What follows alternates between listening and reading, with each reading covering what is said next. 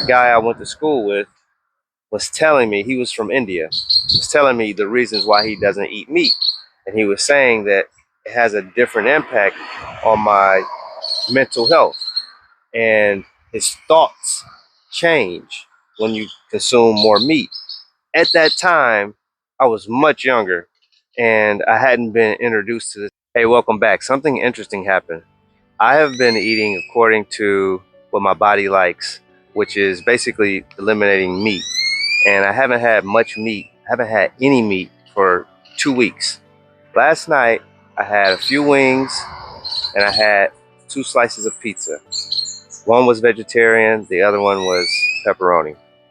I noticed that I was having, wasn't nightmares last night, but I would say disrupted sleep and maybe negative dreams.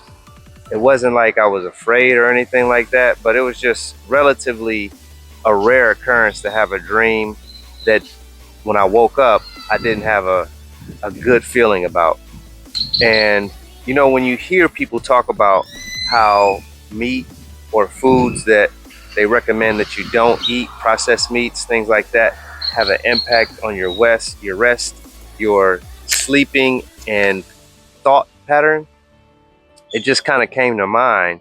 And I thought I would just create this video because isn't it coincidental that after having meat for the first time in over 2 weeks, I was a little bit restless this morning.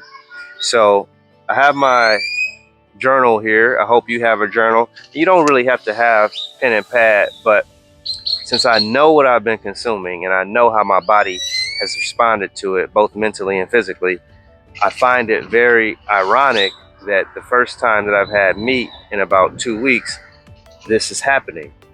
So in the series, Breaking the Silence on the Silent Killer, which is high blood pressure, I talk about, I believe, the third part of the episodes is documenting. First is being aware that you need to measure your blood pressure.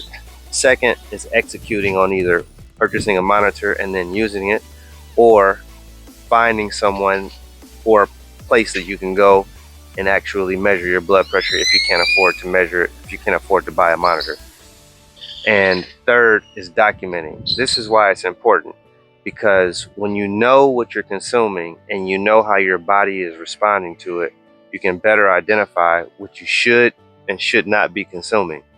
So the dream that I had really wasn't terrible or anything like that, but it was just an odd occurrence that it happened the night after having eaten meat.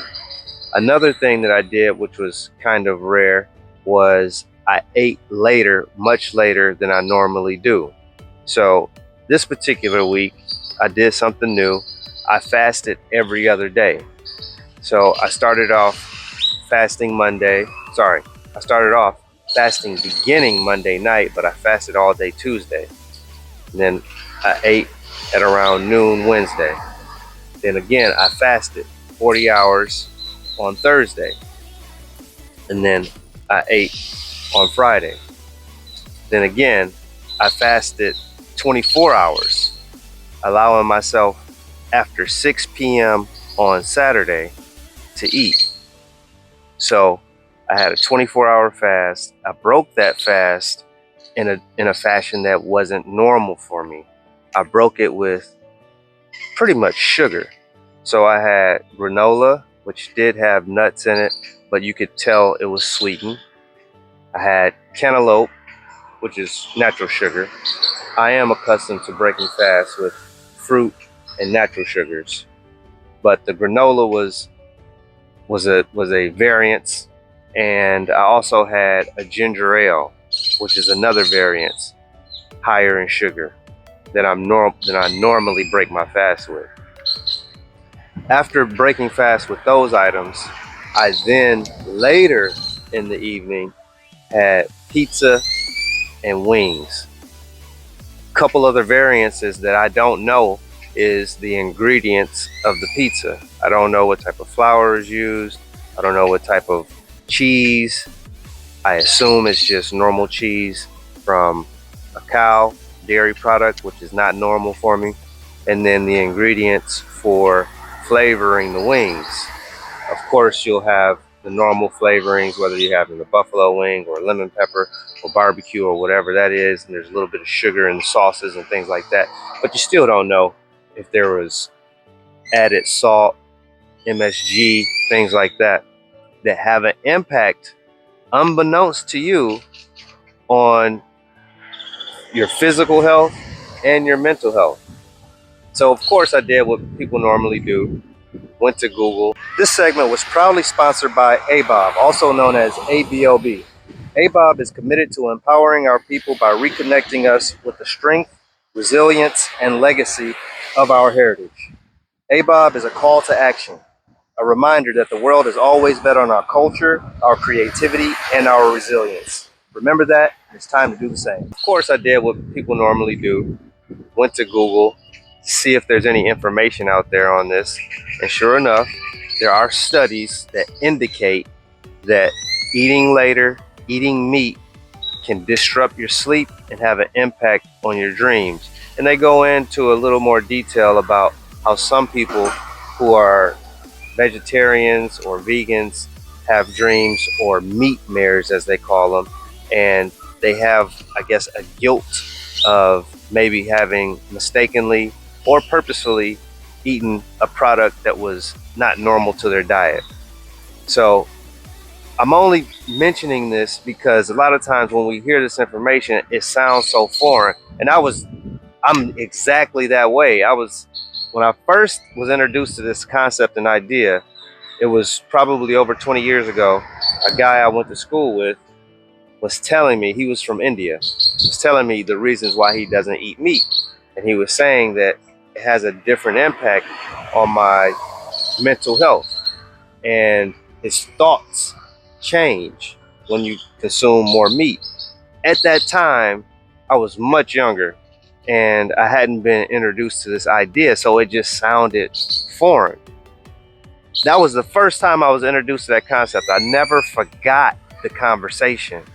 And now that I'm practicing these things, even though I've had reminders and actually experienced times where I felt some of these things that I'm explaining now, but I just didn't have all the discipline with regard to this matter to document, be aware, and take note. So for me, it's been a real life experience. And since I've been eating so clean for so long, I can notice and identify it almost real time, especially when it comes to sugar. I can identify when I'm having a sugar high and a sugar crash. In the past, it was just something that I never really even paid attention to, unless somebody else brought that attention to me and said, hey, you're a little excited. Like, yeah, I'm having a good time, but not really taking note that my diet, whatever I'm consuming, is actually influencing some of the maybe excitement levels or intensity that I was experiencing. So if you have a chance, get yourself a notebook. If you don't want to use a notebook, take photos of what you're eating at every meal. People do it all the time so they can post it on Instagram, Facebook, whatever social media platform you use. Like and subscribe if you have a chance right now, and share this with somebody else. But use your camera, take a photo of what you're eating. You don't have to go through and do all this calorie counting at the moment, but that'll just give you a mental picture of what you're consuming. And as you work throughout the day, or as you experience things later in the evening, whenever you have a thought that may be odd or something changed relative to perhaps your diet, just take a note. It doesn't mean that there's a direct correlation all the time, but what it does mean is you are at least aware that when you consume certain foods, beverages, etc., this is what you're experiencing. And when I checked my blood pressure this morning, because I definitely had to do that, I waited until I was sitting upright for about 3 to 4 minutes, and everything looked good. My numbers were within range. I expected it to be elevated a little bit. I'm happy that it wasn't. And one of the reasons that I think that it wasn't is because I'm eating according to what my body likes, generally speaking. So this was just an occurrence outside of my normal diet. But when we're constantly having this particular diet, and then you realize, man, my heart is really beating heavily as I wake up, the accumulation of all those habits, not so healthy habits, could lead to having extended elevated blood pressure, which gets you into a hypertension range. So please share this video with someone. I hope you take something from it. Take some time, think about what you're consuming, and then try to change those habits within your time frame and your ability. Appreciate you for being here. Peace.